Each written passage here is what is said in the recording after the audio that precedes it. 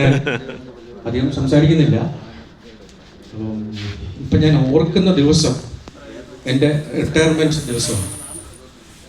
വളരെ ഹൃദയവേദനയോടുകൂടിയാണ് ഞാൻ റിട്ടയർ ചെയ്തത്. കാരണം ഒരുപാട് സ്നേഹമുള്ളവരെ പിരിയുന്ന ഒരു ഘട്ടമായിരുന്നത്.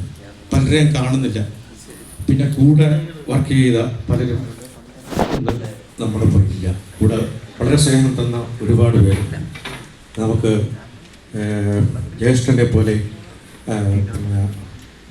അല്ലെങ്കിൽ ഒരു ചേച്ചിയെപ്പോലെയൊക്കെ നമ്മളെ സ്നേഹിച്ച, ശരിക്കും പറഞ്ഞാൽ ഒരു ഫൈനാൻസ് എന്ന് പറഞ്ഞാൽ എൻ്റെ കുടുംബമായിരുന്നു. മറ്റൊരു കുടുംബം. ആ കുടുംബത്തിൽ എല്ലാവരും ഒരുപാട് സ്നേഹം തന്നു.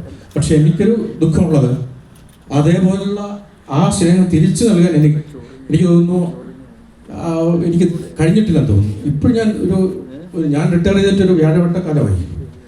ഇപ്പോൾ ഞാൻ തിരിഞ്ഞു നോക്കുമ്പോഴാണ് ഞാൻ ആലോചിക്കുന്നത് എത്രയോ വലിയ സ്നേഹമാണ് അവർ നൽകിയത്. പക്ഷെ എനിക്ക് പലപ്പോഴും എൻ്റെ ഒരു ചെറുപ്പത്തിൻ്റെയോ അല്ലെങ്കിൽ എൻ്റെ അപക്വതയോ അല്ലെങ്കിൽ എന്താണെന്ന് അറിയില്ല, ആ രീതിയിലുള്ള സ്നേഹം പലപ്പോഴും നമ്മൾ ഈ ഓഫീസിലൊക്കെ വർക്ക് ചെയ്യുമ്പോഴത്തേക്കും പലപ്പോഴും ഒരു യാന്ത്രികത കടന്നു വരും. ഇതിനെ ഭേദിക്കുന്ന, ഈ യാന്ത്രികതയെ ഭേദിക്കുന്ന സ്നേഹം, ഈ യാന്ത്രികതയ്ക്കും ഈ ഫയലുകളും ഒക്കെ ഡീൽ ചെയ്യുന്നതിനിടയ്ക്കുള്ള ഒരു സ്നേഹം.